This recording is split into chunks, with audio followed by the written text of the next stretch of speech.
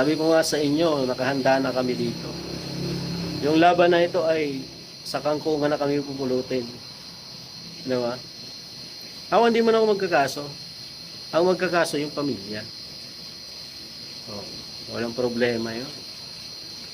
Oh. Yung anti-fixation yun ang pinakamababang kaso. Yung 7 to ano yun? 7 to 16? 7610. 7610, kala ko. 9262, Bausi. Non-bailable.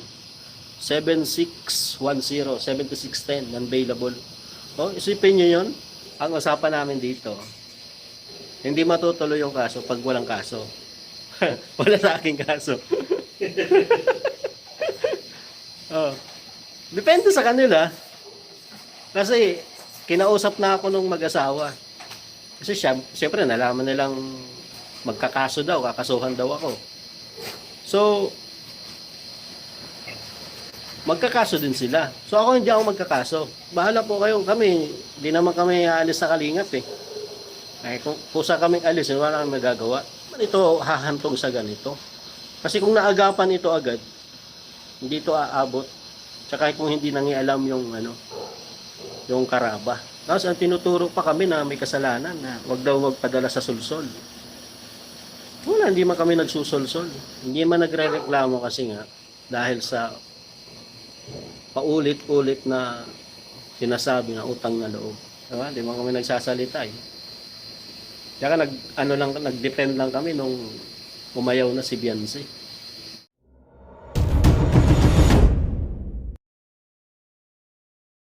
Napanood natin yung live ni Kalinga Prab and obviously disappointed tsaka malungkot si Kalinga Prab dahil sa mga nangyayari. May panawagan naman kasi na tapusin na yung mga issue, ibalik yung dating Kalingap, pero sabi nga ni Kalinga Prab ay lalo daw yatang lumala. At nagtataka siya kung ano daw ang nangyari kila Dr. Lab at kay Redsane na hindi naman daw dating ganon. At nakita niya nga kung ano yung mga sinabi ni Redsane na dapat sana kung sakali man na may problemang ganon ay napag-usapan ng pribado at hindi na dapat dalhin pa sa social media. Kung may kasalanan man ay pwede namang sampahan ng kaso in private kung talagang gusto nilang patunayan, pero hindi sa ganitong klaseng pagkakataon. Para naman hindi na lumalim pa, hindi na lumala pa, hindi na sausawan pa ng iba. At dahil naman mayroon naman pinagsamahan, sana ay nasa ayos na pamamaraan. Kaya nga nakakapagtaka nga kung ano yung pinaka-purpose o motibo kung bakit kailangan pandalin yan sa social media. Sinasabi naman nila Redsane, nila Dr. Lab na sila man daw ay nakiusap at gusto na maayos ang bawat panig. Pero lalo daw lumala at lalo nang nagpalala daw ay ang karaba na sinasabi nila na alam nyo naman kung ano ang naging istorya. Sinasabi din nila na hindi daw magsasalita si Redsane nang wala daw pahintulot mismo ng kanyang pamilya, ng pamilya Batalero at mismong si Beyonce. So kung mag-iisip tayo, kung ganun pala, ibig sabihin nakahanda na ang Batalero family kasama si Beyonce na patunayan kung ano man ang akusasyon na mayroon sila kay Kalingap Edu. Sa makatuwid, pag nagkataon na magkakaganon, mukhang magkakasulian na ng kandila, mukhang hindi na magiging maganda yung tinatawag nating relasyon ng pamilya nila Beyonce at ng Kalingap, at magiging taliwas doon sa sinasabi ni Kalinga Prab na si Beyonce ay umalis lamang sa love team at hindi sa Kalingap. Subalit kung papatunayan at mapapatunayan talaga na may go signal ni Beyonce yan at ng kanyang pamilya, hindi malayo na mangyari na tuluyan ng umalis si Beyonce at ang Batalero family sa Kalingap. At yan po yung nakakalungkot na pangyayari. At parang lumalabas na naman ngayon, kagaya doon sa live ni Dr. Lab na magtatayo na lang sila ng grupo, mayroon na raw silang grupo ng Team Guapa. Pag-aari daw nila si Beyonce, pag-aari ni Kalinga Prab, at pag-aari niya rin daw dahil siya daw ay nakascout.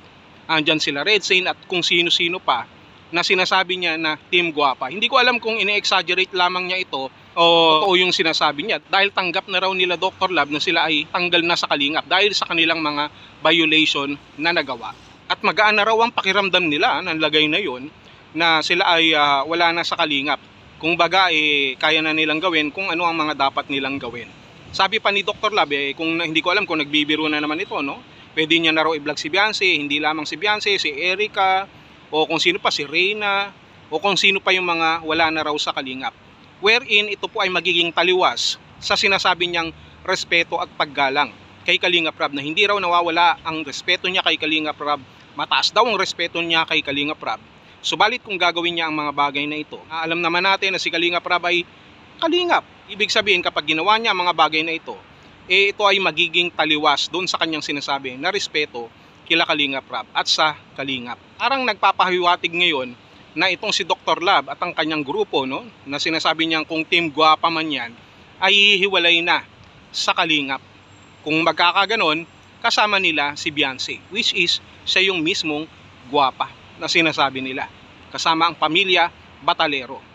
Kayo, sa tingin nyo, papayag ba kayo? Kasi kung sa ganang atin, mas gusto nating maayos to in private, sa pribado, na hindi na lumalim pa ng ganito. Kagaya na sinasabi ni Red Zane na hindi raw sana umabot sa ganon kung nagkaroon ng pag-aayos. Well, hindi natin alam kung ano ang internal na nangyayari dyan. At dito nga ay nadidisappoint si Kalingap Rab sapagkat siya mismo ay wala ring kaalam-alam. At sana harinawa ay magkaroon pa ng maayos na pag-uusap. Sapagkat sabi nga nila, kapag nademanda daw si Red Zane, magdedemanda din ng pamilya Batalero. So, what's the point? Sapagkat hindi naman magdidemanda yung magulang ni Kalingap Edu nang walang sinasabi si Red Zane. Subalit, nandiyan na yan na humantong nga sa pagdedemanda. At dahil dito, ang sabi nila, kung magdedemanda daw ang kampo nila Kalingap Edu, magdedemanda din ang pamilya Batalero, katulong ang mga sponsor nila Beyonce.